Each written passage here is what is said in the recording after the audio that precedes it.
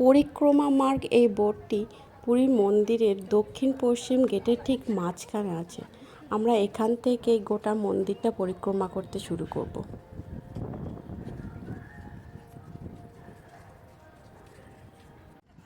এটা পশ্চিম দুয়ার যাওয়ার রাস্তা। আর বাঁদিকে যে ঘরগুলো দেখা যাচ্ছে সেগুলো সব সরকারি জুতো এবং ফোন রাখার জায়গা বিনামূল্যে। আর ডান দিকে যে গেটটা দেখা যাচ্ছে এটা পশ্চিম দুয়ার। আমরা যাচ্ছি উত্তর দুয়ার থেকে পূর্ব দুয়ার যাচ্ছি। এই উত্তর দুয়ার দিয়ে এক্সিট করা যায়, এন্ট্রি করা যায় না। উত্তর আর দক্ষিণ এই দুটো দুয়ার দিয়েই এক্সিট হয়, আর পূর্ব পশ্চিম এটা উত্তর দুয়ার।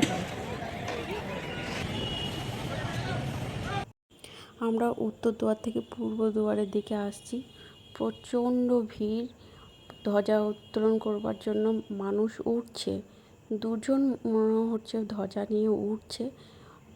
প্রচুর লোক, ভিতরেও প্রচুর লোক, বাইরেও প্রচুর লোক।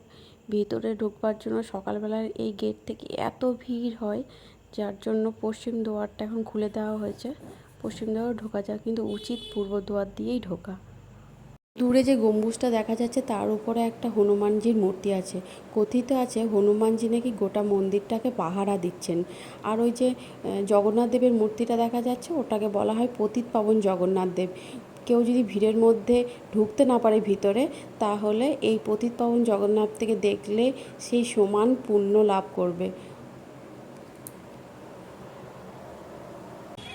আমার মনে হয় ওখানকার লোকাল বাসিন্দাদের কোনো রিচুয়ালস হচ্ছে, বা তার হওয়ার আগে, রিচুয়ালসটা শুরু হওয়ার আগে হয়তো জগন্নাথ দেবকে আরতি দেখিয়ে গেল, এরকম কিছু একটা হবে আমার মনে হয়। আমি জানি না, ঢাক ঢোল অনেক কিছুই বাজছে, এটাই হতে পারে। আর ওই দূরে পাঁচিলের উপরে অনেক লোকজনকে দেখা যাচ্ছে না, ওটা হলো ভিতরে ভোগঘর বা ঠাকুরের প্রসাদ যেখানে পাওয়া যায় তার ঠিক উপরে একটা সিঁড়ি আছে। সিঁড়ির উপর থেকে ওখান থেকে সমস্ত এই পূর্ব দুয়ারের সমস্তটা দেখা যায়। খুব সুন্দর লাগে দেখতে। অনেক লোকই ওখানে আছে, অনেক লোক। আমরা এবার পূর্ব দুয়ার থেকে দক্ষিণ দুয়ারের দিকে যাচ্ছি। দক্ষিণ দুয়ারের দিকে যত যাচ্ছি তত দেখছি মন্দিরটা আরও কাছে থেকে দেখা যাচ্ছে। ধ্বজা উত্তোলনটা আরও স্পষ্টভাবে ভালোভাবে বোঝা যাচ্ছে।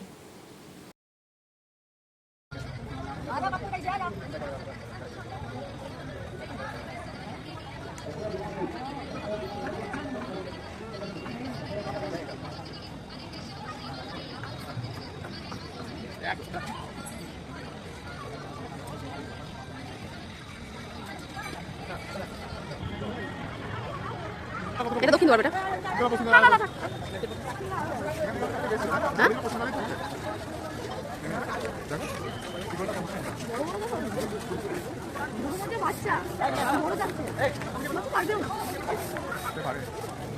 এটা দীর্ঘদিন